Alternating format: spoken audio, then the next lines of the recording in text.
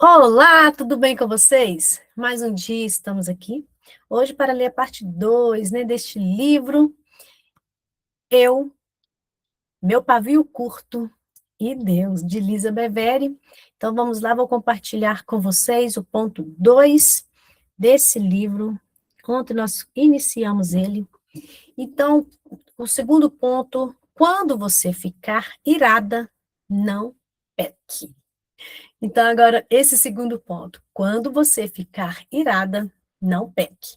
A primeira parte de Efésios 4:26 não traz nada de desafiador. Fiquem irados. A maioria de nós tem a dificuldade de ficar irada. Acontece sem aviso. Alguém nos corta no trânsito, exclamamos algo sem pensar e não temos mais como apagar nossas palavras. Falaremos mais a esse respeito adiante. A princípio, esse versículo parece contraditório. É evidente que nos dá permissão para sentirmos irado, para sentirmos ira. Fiquem irados. Não há nem mesmo uma condição como, se for absolutamente necessário, fiquem irados. Então, tudo bem. É apenas uma constatação. Fiquem irados. Então, esse versículo parece validar a experiência de ira e garantir que haverá momentos em que ficaremos irados. Há momentos que ficaremos irados. Quem nunca ficou? Não é verdade? O versículo parece validar, haverá momentos, mas também diz que nessas horas devemos não pecar. Então, esse versículo fala que nós podemos ficar irados, mas também diz que não devemos pecar. A ira como emoção. Deus nos dá permissão para irarmos. Ele conhece a capacidade inata do ser humano de se irar e a compreende. É uma emoção e ele a conhece, pois o Senhor nos criou e ele colocou as emoções em nós. Podemos observá-la tanto no choro frustrado do bebê recém-nascido, como no clamor do patriota por justiça. É ouvida e reconhecida nas lágrimas de pais aflitos com a morte de um filho e no tremor silencioso de um vô enlutado. A ira é uma emoção humana tão válida quanto a alegria, a tristeza, a fé e o medo. Fiquem irados. Não é errado sentirmos ira. Até mesmo Deus fica irado. Aliás, isso acontece com frequência. Ele se zangou repetidas vezes com seu povo escolhido. O Antigo Testamento registra centenas de referências à ira divina voltada contra Israel e outras nações. Várias vezes a palavra do Senhor fala sobre isso, né? Que ele sentiu ira, várias vezes. Na palavra de Deus tem esses registros na Bíblia. Então, aqui, o Senhor está dizendo para mim, para você, olha, não é errado irar, é errado pecar. Então, então, o que nós devemos fazer com a ira? O que nós devemos fazer? Quando reprimimos uma emoção porque não a consideramos válida, cedo ou tarde voltamos a expressá-la de forma inadequada. Em contrapartida, quando uma emoção se manifesta sem consentimento, não tarda a se fazer acompanhar pelo pecado. O próprio Deus valida a ira humana. No entanto, a maioria de nós, sem querer, compreende a ira. Será que significa tirar coisas nas pessoas queridas ou gritar com elas? Ou guardar rancor porque alguém nos traiu? Não, não é isso. Esses são exemplos de expressões inadequadas de ira. Há uma linha tênue entre ira e pecado. A ira, de acordo com o dicionário, pode ser definida como descontentamento intenso, geralmente temporário, sem especificar a forma de expressão. É assim que a ira, ela é no dicionário, né? É assim que ela é decifrada, de acordo com o dicionário. Deus nos dá permissão para nos irarmos. Não é errado sentir um intenso descontentamento em relação a ao acontecimento ou às ações de alguém. O descontentamento abrange desaprovação, desgosto e aborrecimento. Sentimentos presentes em todos nós que podem ser ocorrências cotidianas. Essa definição de ira não fornece um canal ou uma forma específica de expressão.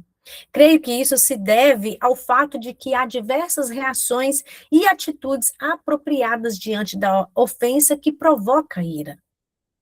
As reações também podem variar de acordo com os fatores individuais, como idade, personalidade, situação e lugar. Espera-se muito mais de um adulto em público do que de uma criança pequena. De modo semelhante, espera-se muito mais de alguém que ocupa um cargo de autoridade ou liderança. Figuras de autoridade não devem usar seu cargo para expressar livremente as emoções ou para alcançar os seus próprios objetivos. É importante se distanciarem de toda ofensa pessoal por tempo suficiente para que se conscientizem de como isso pode afetar outras pessoas que se encontram debaixo de seus cuidados e de sua direção. Nós vimos isso nos lares, não é verdade? Nós temos autoridade sobre os nossos filhos e quando nós não sabemos lidar com a ira, os nossos filhos vão do mesmo jeito. Eles aprendem igual a gente. Por isso que pessoa que tem a liderança, todos nós temos liderança, todos nós somos líderes, principalmente da nossa casa. Então, por isso que é necessário a gente saber lidar com essa ira. Por exemplo, quando eu era uma jovem solteira e não cristã, fazia questão de expressar minha opinião a respeito de motoristas que me exasperavam no trânsito. Fornecia uma avaliação de sua habilidade na direção, recheada de uma série de palavras explicitamente indecorosas. Então, eu me tornei cristã e aprendi que minhas palavras têm o poder de abençoar ou de amaldiçoar outras pessoas. Além disso, tive a experiência de pegar carona com uma motorista piedosa que, a certa altura, levou uma cortada. Fiquei observando pelo canto do olho para ver qual seria a reação dela. Ela não soltou nenhum palavrão, nem mesmo franziu a testa. Em vez disso, sorriu gentilmente e, com um gesto, esboçou um convite para que o outro motorista a cortasse novamente. Voltou-se para mim e comentou: é melhor lançar uma semente de bondade. Uau! É melhor lançar uma semente de bondade. Se nós colocarmos isso no dia a dia, como as coisas vão mudar? Se nós colocarmos essa frase na nossa vida, no nosso lar, é melhor lançar uma semente de bondade. Como as coisas vão ser mais leves para nós, não é verdade? Quando reprimimos uma emoção porque não a consideramos válida, cedo ou tarde a expressamos de forma inadequada. Por isso que é importante validar, falar, igual já falei. Sempre fale o seu sentimento. Senhor, eu estou irada. Senhor, hoje eu estou sentindo raiva. Hoje eu estou sentindo inveja. Fale aquilo que você está sentindo e ore para Deus te ajudar. Para Deus te ajudar a vencer, pois Ele ajuda. Procurei de imediato imitar seu comportamento. Quer dizer, pelo menos parei de usar palavrões e gritar pela janela aberta. Ainda rangia os dentes e dizia algo como: vamos, querida, não estou com todo o tempo do mundo. Que tal sair da frente? Não vai machucar você. Eu também tinha o hábito de buzinar de forma instrutiva, por preocupação com a segurança alheia, claro. Então, casei-me e tive filhos. Não me sentia mais à vontade para dizer coisas às pessoas que não podiam me ouvir de dentro dos seus carros, especificamente quando eu via meus lindos filhos fazerem o mesmo. Olha o que eu acabei de dizer. Eles tomavam partido da mãe diante dos motoristas imprudentes. Faziam cara feia, gritavam do banco de trás e olhavam para mim em busca de aprovação. Perguntavam com ar de triunfo: esse cara precisa aprender a dirigir, né, mãe? Opa, eu tinha de encontrar outras formas de expressar meu desagrado, pois agora ele afetava e influenciava quem? Outras pessoas. Meus filhos estavam me imitando e eu não desfrutava mais do privilégio de gritar com desconhecidos, supondo que, para começar, esse fosse um privilégio legítimo. Por causa Por uma questão de segurança e sanidade dos meus filhos no futuro, eu precisava dar o exemplo de descontentamento construtivo. Tive de desenvolver aptidões defensivas e não ofensivas ao dirigir. Em vez de atacar verbalmente outros motoristas, agora procuro ensinar meus filhos, dizendo a eles que algumas coisas que esses motoristas fazem são perigosas e mostrando como podemos reagir. Quando vejo no retrovisor um caminhão gigante se aproximando a toda velocidade, comento: vai ver que esse homem está chateado ou com muita pressa. É melhor a gente sair do caminho dele. E então mudo de faixa. Tenho de reconhecer, porém, que ainda não sou capaz de convidar outros a me cortarem. Mas isso, gente, isso é muito, muito verdadeiro que a Bíblia tem para nos ensinar em todas as áreas.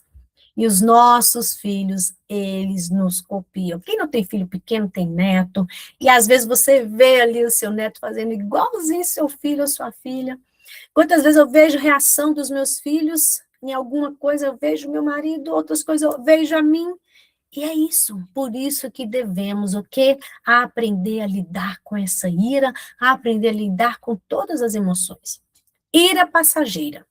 Vejamos novamente a definição de ira. Descontentamento intenso. Gente, é intenso.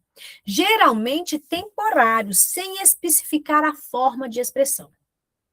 Ela traz o termo temporário, que significa momentâneo, passageiro, de pouca duração ou efêmero.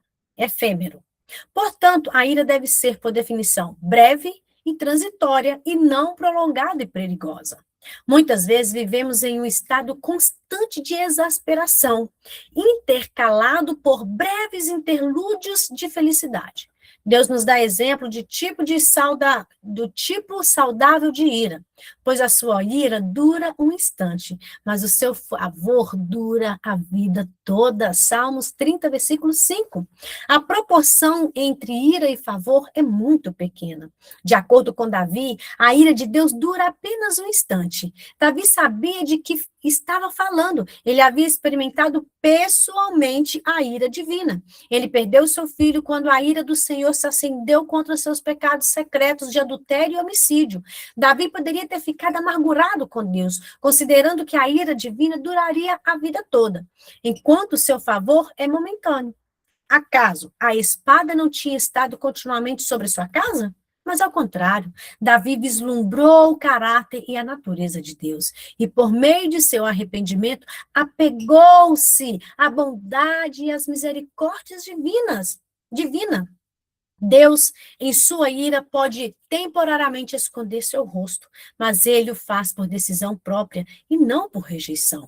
Ele compreende nossa necessidade de voltar aos olhos em outra direção ou nos afastar da fonte de descontentamento a fim de evitar uma expressão destrutiva de ira. Não nos afastamos de outros para castigá-los. Distanciamos para que as brasas de nossa ira arremessam e a razão possa voltar a governar nosso coração. Deus disse a Israel: vão para a terra onde manam leite e mel. Mas não irei com vocês, pois vocês são um povo obstinado e eu poderia destruí-lo no caminho. Êxodo 33. E por um breve instante eu abandonei, mas com profunda compaixão a trarei de volta. Ele nos deixa ou nos dar as costas apenas por um breve instante. E em seguida, volta para nos tomar nos braços com grandes e incontáveis misericórdias. Devemos dar as costas para a situação por um instante, a fim de poder separar a pessoa de suas ações, palavras ou comportamentos. Aqui que é o problema. Muitas vezes nós não separamos as pessoas das ações. Já queremos o quê? Nominar aquela pessoa pela atitude errada dela. Então, nós devemos o quê? Dar as costas para a situação por um instante, a fim de poder separar a pessoa de suas ações, palavras ou comportamentos. A ira piedosa não rejeita a pessoa, Não, rejeita a transgressão e com boa e pura consciência. Busca um momento de solidão, a fim de separar uma coisa da outra. Tenho inúmeros exemplos de ocasião em que Deus, em sua graça, fez isso por mim. Há momentos em que sua mão pesa sobre mim, e eu sei que estou experimentando seu descontentamento com minha postura. Quando a situação se torna insuportável, arrependo-me com sinceridade e peço o seu perdão. O peso desaparece e meu coração é preenchido com seu amor e com suas palavras, com suas promessas, quando me sinto indigna dessas dádivas. Sei que mereço julgamento, mas em vez disso, Deus concede misericórdia. Todas nós merecemos julgamento. Mas a misericórdia do Senhor, ela se renova todos os dias e Ele concede a sua misericórdia. Ele me traz para junto de si com imensas e bondosas misericórdias e me diz: você ainda é minha, eu ainda a amo. Sei que você quer agir corretamente, creio que você mudará. Eu perdoo e esqueço. Deus quer me dar a convicção de que ainda sou filha e de que Ele não me rejeitou, embora minhas ações, palavras ou comportamento não sejam aceitáveis a Ele. Aí, quando nós temos um coração arrependido, quando nós oramos e buscamos, Ele lança o nosso pecado no mar do esquecimento. Esse é o Deus que nós servimos. Então, vamos aprender a dar as costas para a situação por um instante, a fim de poder separar a pessoa das suas ações, palavras ou comportamentos. Vamos aprender a dar as costas para a situação por um instante, a fim de poder separar a pessoa de suas ações, palavras ou comportamentos. As pessoas não são aquilo que fazem. Nós precisamos separar isso. Parar de nominar, de dar nome às pessoas pelos comportamentos. Vamos dar as costas, vamos esperar essa ira passar, para nós separarmos isso. Tá bem? Vale a pena observar novamente. Quando nos iramos, nossa primeira reação deve ser dar as costas, mental ou fisicamente, para a situação por um instante, a fim de poder separar a transgressão do transgressor. A boa e velha regra é contar até 10. Quantas vezes nós já aprendemos isso? Que devemos contar até 10. Respirar fundo, gente. Respirar fundo. Conte até 10. A oração dos sábios. O que é a oração dos sábios? É ficar em silêncio. Ficar em silêncio. Mas com frequência não é tempo suficiente. Uma vez que nos retiramos temporariamente do conflito, temos de perguntar: o que está me aborrecendo? O que está realmente acontecendo com o meu íntimo? As perguntas que nós já aprendemos, o diálogo interno. Preciso separar algum tempo para responder essas perguntas. Isso nos remete à segunda parte do versículo de Efésios, com o qual começamos este capítulo. Fiquem irados e não pequem. Não deixe que o sol se ponha sobre você, a ira. Então, é a segunda parte. Fiquem irados e não pequem. Não deixe que o sol se ponha sobre a ira de vocês. A ideia de que a ira é passageira também corresponde à administração de Deus, que em outra versão diz: apaziguem a sua ira antes que o sol se ponha. Não se trata de um problema com a escuridão. Todas nós ficamos chateadas depois do pôr do sol, porque continuamos acordadas por longas horas da madrugada. Creio que o pôr do sol se refere ao fim do dia e ao término de um período apropriado. Quando a ira excede o estágio passageiro ou transitório, avança rumo ao patamar destrutivo da raiva pecaminosa. Tempo e ira estão interligados. Quanto mais tempo uma ofensa permanece sem solução, mais arraigado se torna. O coração se transforma em uma estufa para a raiz de amargura. O coração se transforma em uma estufa da raiz de amargura. Esse deve ser o nosso cuidado. Não deixe o sol se pôr e você continuar irada. Não permita, não permita, não permita. mas que você se livra dessa ira. Que você dê as costas até se acalmar. Salmos 4:4. Irai-vos e não pequeis. Colocar a cabeça no travesseiro e sossegai o coração. Faça a respiração. Conte até 10, até 20. Gente, isso não é só para vocês, isso é para mim. É para mim essa palavra. E agora vem a oração. Pai celeste, Pai celestial, eu me dirijo ao Senhor em nome de Jesus, que a sua palavra seja luz para os meus pés e lâmpada para o meu caminho. Mostra-me a vereda dos justos, para que eu possa andar de modo agradável ao Senhor. Ensina-me a não pecar quando eu estiver irada. Uau, finalizamos aqui a parte 2 desse livro. Que o Senhor Jesus abençoe grandemente vocês e amanhã estaremos de volta, se Deus permitir. Glória a Deus.